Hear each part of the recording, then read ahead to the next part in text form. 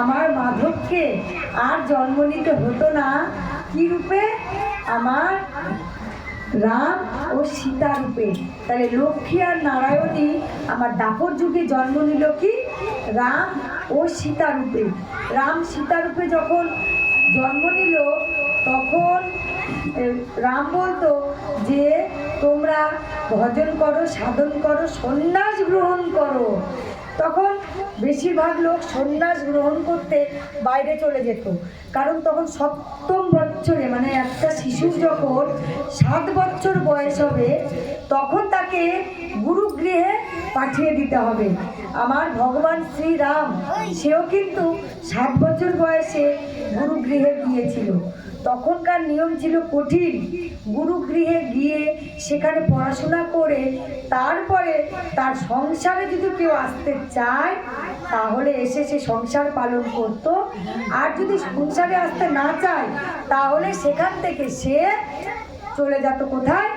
বনবাসে, সন্ন্যাস জীবন যাপন করতে। তখনকার দিনে সবাই বলতো যে সংসারে রসে মজিয়া থাকিতে থাকিতে তারা সন্ন্যাস পালন করতে পারতো না।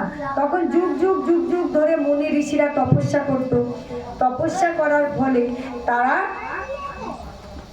প্রাপ্তি হতো ব্রহ্মলোকে, প্রাপ্তি হতো গোলোকে, কিন্তু তাদেরকে সাধনা করতে হতো যুগ যুগ যুগ যুগ যুগ যুগ ধরে।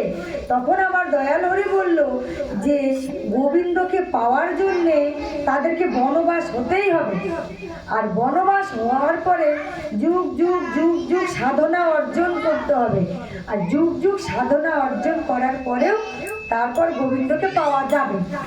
তো তখন বললো যে না, আমার এই ভক্তরা এত কষ্ট করতে পারবে না, গোবিন্দকে পাওয়ার জন্য তাদেরকে যুগ যুগ যুগ যুগ ধরে সাধনা করতে হবে না, তাহলে তার জন্য ভিন্ন উপায় বের করতে হবে।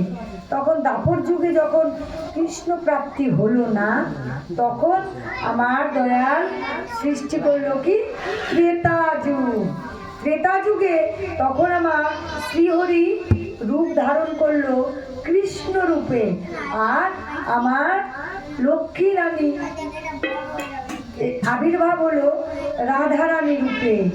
যখন রাধারানী রূপে আবির্ভাব হলো আর কৃষ্ণ রূপে, তখন তাদেরকে হরে নাম কেবলম, হরে নাম কেবলম, হরে নাম কেবলম এই মন্ত্র জপ করো এবং সাধনা সিদ্ধি লাভ করার পরে গোবিন্দকে প্রাপ্তি হতে হবে।